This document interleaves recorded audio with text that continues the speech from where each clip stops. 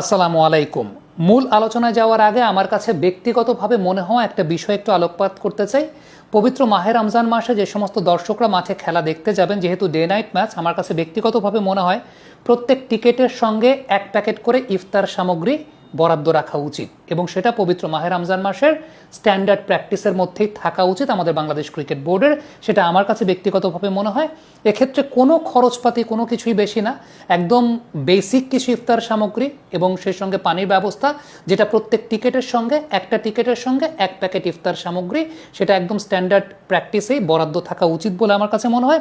Even বাংলাদেশের যে কোনো ফুড অ্যান্ড বেভারেজ কোম্পানিকে যদি অ্যাপ্রোচ করা হয়, তারা সানন্দেই সেই বিষয়টা প্রোভাইড করতে রাজি হবে। এক্ষেত্রে আসলে আমি খুব বেশি কোনো খরচের কোনো বিষয় দেখি না, সদিচ্ছার একটা জায়গা থাকে। হ্যাঁ, অনেকে হয়তো বা বলতে পারবেন যে ওই যে ওয়েস্টেজ ব্যবস্থাপনার আমাদের দেশে একটা সংকট তৈরি হয়, তবে এটাও বলে দিই, যদি ভলেন্টিয়ারিং সার্ভিসটা খুব ভালো হয়, বাংলাদেশে কিন্তু ময়লা পরিষ্কার করার ওয়ার্ল্ড কাপে অংশ নেওয়া দলও আছে, ভলেন্টিয়ারি সার্ভিস তারা দিয়ে থাকে। স্পোগমি ইভেন্টে পার্টিসিপেট করেন অনেক ভলেন্টিয়ারি অর্গানাইজেশন আছে। সো এরকম ওয়েস্টেজ ব্যবস্থাপনা যদি ভলেন্টিয়ারি সার্ভিসটা খুব ভালো হয়, আমার কাছে মনে হয় যে একটা দেশের ক্রিকেট বোর্ড বা একটা ইন্টারন্যাশনাল ইভেন্টে এগুলোকে ম্যানেজ করা আসলে কোনো ব্যাপার না, যদি সদিচ্ছার জায়গাটা থাকে। এটা আমার কাছে ব্যক্তিগতভাবে মনে হয়, এটা অনেকে ডিফার করলেও করতে পারে, বাট আমার কাছে মনে হয়েছে তাকে আমি সেই কথাটা বলছি। এবারে পাকিস্তানের সঙ্গে প্রথম ম্যাচে বাংলাদেশের বেস্ট ইলেভেনটা কেমন হওয়া উচিত, সেখানে সবচাইতে বেশি যে বিষয়টা ডিবেটেবল সেটা হচ্ছে ওপেনিং আসলে কারা করবেন। ওপেনিংয়ে তিনজন আছেন, সৌম্য সরকার, সাইফ হাসান এবং তানজিদ হাসান তামিম। দেখেন, সর্বশেষ বাংলাদেশ যে ওয়ানডে ম্যাচটা খেলেছিল সেটা ওয়েস্ট ইন্ডিজের সঙ্গে, সেই ম্যাচে 176 রানের একটা ওপেনিং পার্টনারশিপ করেছিলেন সাইফ হাসান এবং সৌম্য সরকার। সর্বশেষ one day international match Saif Hasan এবং সৌম্য সরকার। লাস্ট বাংলাদেশের ডোমেস্টিক কম্পিটিশনে খুব ভালো টাচে আছেন তানজিদ হাসান তামিম। চিন্তাটা ওই জায়গায় টিম ম্যানেজমেন্টের। সৌম্য সরকার লাস্ট ডোমেস্টিক কম্পিটিশনে ভালো রান করতে পারেন নাই। এখন একদিক থেকে একটা প্রসঙ্গ আছে, সেটা হচ্ছে সর্বশেষ ইন্টারন্যাশনাল ম্যাচে সৌম্য ভালো পারফর্ম করেছেন, 90+ রান করেছেন উইথ সাইফ। অন্যদিকে এই মুহূর্তে সৌম্য কারেন্ট শেপে নাই, এই মুহূর্তে তানজিদ তামিম ভালো শেপে আছেন। দুইটা একটা ডিবেটের জায়গা। টিম ম্যানেজমেন্ট কি করবে, তাদের এই মুহূর্তে এটা একটা অনেক বড় চিন্তার জায়গা, যে টিম ম্যানেজমেন্ট আসলে এখানে ওপেনিং কম্বিনেশনটা তারা কিভাবে সাজাবে। তারা কি সর্বশেষ ইন্টারন্যাশনাল ম্যাচের পার্সপেক্টিভ বিবেচনা করে বিষয়টা চিন্তা করবে, নাকি বর্তমানে কে বেটার শেপে আছেন সেই বিষয়টা বিবেচনা করবে। তানজিদ হাসান তামিম, তার জন্য আমার আসলে একটা আফসোসই হচ্ছে। আমার কেন আফসোস হচ্ছে, কারণটা হচ্ছে লজিক যেটা বলে এই মুহূর্তে কারেন্ট শেপ অনুযায়ী ভালো অবস্থায় আছেন তানজিদ তামিম। সৌম্য সরকারকে আমরা লাস্ট ডোমেস্টিক টুর্নামেন্টে ভালো শেপে দেখি নাই, বাট লাস্ট ইন্টারন্যাশনাল ম্যাচে সৌম্য সরকার পারফর্ম করেছেন, হি স্কোরড 91।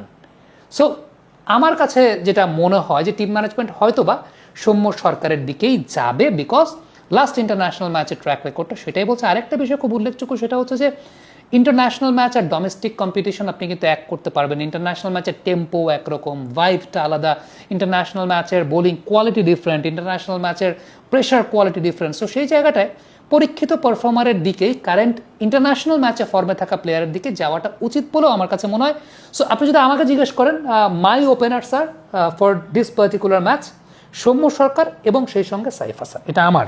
আবারও বলি, তানজিদ তামিমের জন্য ব্যক্তিগতভাবে আমার খুব খারাপ লাগবে যদি তানজিদ তামিম ড্রপ করেন, কারণ he is really in good touch, তিনি খুব ভালো টাচে আছেন। বাট এই একটা পার্টিকুলার পজিশনে কিন্তু বাংলাদেশের কম্পিটিশনটাও অনেক বেশি।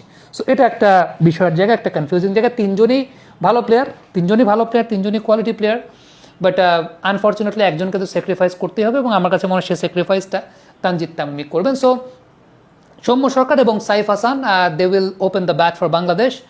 নাম্বার 3 নাজমুল শান্ত, কোনো সন্দেহ নেই, কোনো সংশয় নাই। নাম্বার 4 লিটন কুমার দাস। ডেফিনেটলি লিটন কুমার দাসকে এই সিরিজটাতে নেওয়া হয়েছে। লিটন কুমার দাস লাস্ট আপনি যদি চিন্তা করে দেখেন, ওয়ানডে ফরম্যাটে তিনি ভালো ছিলেন না, বাট সত্যি কথা বলতে যে আমাদের মিডল অর্ডারে ব্যাটসম্যানদের ওই রকম পারফরমেন্সটা আমরা দেখতে পাই নাই, বা ওরকম কনফিডেন্স বিল্ড করার মতো ব্যাটার আমাদের চোখের সামনে নাই, বা ট্রাস্ট করার মতো ব্যাটার আমাদের সামনে নাই, যে কারণে লিটন কুমার দাসের দিকেই আমাদেরকে যেতে হয়েছে। তার মানে keeping faith on his talent, তার ট্যালেন্টের উপর বিশ্বাসটা রেখে। বলছি না যে লিটন কুমার দাস পারফর্ম করে কামব্যাক করেছেন ওয়ানডে ফরম্যাটে, সেটা করেননি, বাট অন্য কারো খারাপ পারফরমেন্সের সুবাদে আসলে লিটন কুমার দাসের সুযোগটা হচ্ছে। সো 4 নম্বর পর্যন্ত আমরা করে ফেললাম। 5 নম্বরে তাওহিদ হৃদয়, একদম ইকুয়েশনে কোনো ভুল নাই। 6 নম্বর পজিশনে আফিফ হোসেন। আপনি একটু একটা জিনিস চিন্তা করে দেখেন, আমার কাছে খুব মজা লাগছে। অনেকদিন পর বাংলাদেশের ব্যাটিং অর্ডারে left hand right hand left hand right hand এবং একটা ব্যালেন্স কম্বিনেশন আপনি দেখেন। Opening left hand right hand combination, 3 নম্বরে শান্ত, 4 নম্বরে লিটন, মানে আবার লেফট হ্যান্ড রাইট হ্যান্ড, 5 নম্বরে আবার তাওহিদ হৃদয় রাইট হ্যান্ড, আবার 6 নম্বরে আফিফ হোসাইন লেফট হ্যান্ড, 7 নম্বরে মেহেদী হাসান মিরাজ। এবং আমার কাছে মনে হয় যে মিরাজের productivity he can deliver at number 7 এবং মানে he will be better at number 7, এটা আমার কাছে ব্যক্তিগতভাবে মনে হয়। নাম্বার 8, এই পজিশনটায় আমি আমার দুইটা চয়েসের 2 রকমের পার্সপেক্টিভ। উইকেট যদি ভালো উইকেট থাকে, উইকেট যদি রানের উইকেট থাকে, উইকেট যদি প্রপার বাউন্স থাকে, Rishad should be in. Wicket যদি ভালো উইকেট থাকে, যেখানে ব্যাটসম্যান শর্টস খেলবে, যেখানে ব্যাটসম্যান অ্যাগ্রেসিভ ইন্টেন্টে ক্রিকেট খেলতে চাইবে, যেখানকার বাউন্সকে ব্যাটসম্যান ট্রাস্ট করতে পারবে, for those kind of wickets I will prefer Rishad Hossain. কিন্তু উইকেট যদি আসলে ভালো না থাকে, প্রপার বাউন্স না পাওয়া যায়, উইকেট যদি একটু জুসি থাকে, একটু স্পঞ্জি থাকে, উইকেটে মনে হচ্ছে যে বল ড্রিফট করবে, তখন I will prefer Tanvir over Rishad Hossain. আমার পুরোপুরি বিষয়টা উইকেট দেখেই সিদ্ধান্তের জায়গা। মানে এখানে আপনি আমাকে বলতে পারবেন না যে ভাই আপনি তো ডিপ্লোম্যাটিক কথা বলতেছেন। ডিপ্লোম্যাটিক না, এটা উইকেট দেখে সিদ্ধান্ত নিতে হবে। If the wicket is good, the bounce is even, then Rishad should be there. If the wicket is not that much up to the mark, অর্থাৎ উইকেট যদি একটু স্পঞ্জি, একটু জুসি থাকে, then there should be Tanvir. After that আমার কাছে যেটা ব্যক্তিগতভাবে মনে হয় যে যেটা বললাম যে 7 পর্যন্ত তো মেহেদী মিরাজ, 8 নম্বরে Rishad, 9, 10, 11 Bangladesh should go with 3 pace bowlers. বাংলাদেশের 3টা পেস বোলার নিয়ে যাওয়া উচিত। এখন 3টা পেস বোলার কারা হবে depends on workload management, depends on how much fit they are. আপনি আমাকে যদি বলেন আমি মিড ওভার্সে নাহিদ রানার সার্ভিস পেতে চাইবো, এবং নাহিদ রানা যদি খেলেন মিড ওভার্সে he is going to be the key factor for Bangladesh. Ebadot যাওয়ার পর থেকে আমরা মিড ওভার্সে উইকেট টেকিং অপশনটা খুব একটা পাই নাই। আমার কাছে মনে হয় যে Nahid Rana could be hour that option যদি খেলেন তিনি ম্যাচ। জানি না তাকে ওয়ার্কলোড ম্যানেজমেন্টটা কোথায় আছে বা কীভাবে আছে, but Nahid Rana he can generate pace এবং তার সেই ক্যাপাবিলিটির জায়গাটা আছে।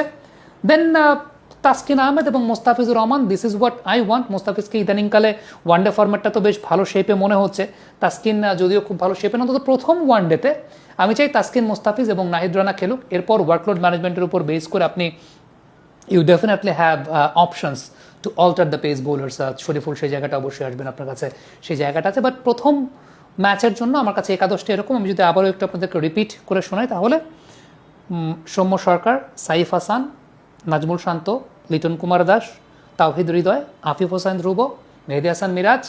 8 নম্বরটা ডিপেন্ড করে উইকেটটা কেমন, রিশাদ অথবা তানভীর। 9, 10, 11 3 পেসার, অর্থাৎ Bangladesh should go with 3 pace bowlers, এবং those are Taskin Ahmed, Nahid Rana should be there for the mid overs. প্রথম চেঞ্জে not with the new ball, অর্থাৎ প্রথম 10 ওভারের মধ্যে আমি চাই না, আমি চাই 10 ওভারের পরে নাহিদ রানা বোলিং করতে আসবেন, and along with Mustafizur Rahman. So this is my best 11। আপনাদের কাছে কি মনে হয়? আরেকটা বিষয় যে আমি কেন নাহিদ রানা বা এই পার্সপেক্টিভগুলো থেকে বলছি যে 3 পেসের খেলা উচিত, আমাদের প্রিভিয়াস যে অ্যানালাইসিসটা আছে, সেই প্রিভিয়াস অ্যানালাইসিসটা আপনারা একটু চেক করে দেখবেন। সেই প্রিভিয়াস অ্যানালাইসিস মানে এই অ্যানালাইসিসের আগের অ্যানালাইসিসটা, যেটা ইফতারের পরপর অন এয়ার হয়েছে, সেটা একটু চেক করে দেখবেন। সেখানে বিস্তারিত পাকিস্তানি ব্যাটারদের দুর্বলতা নিয়ে কথা বলা আছে, এবং সেই জায়গাটাতে আপনারা দেখবেন বলে আশা করছি। কমেন্ট বক্সে আপনাদের মন্তব্য, মতামত জানতে চাই।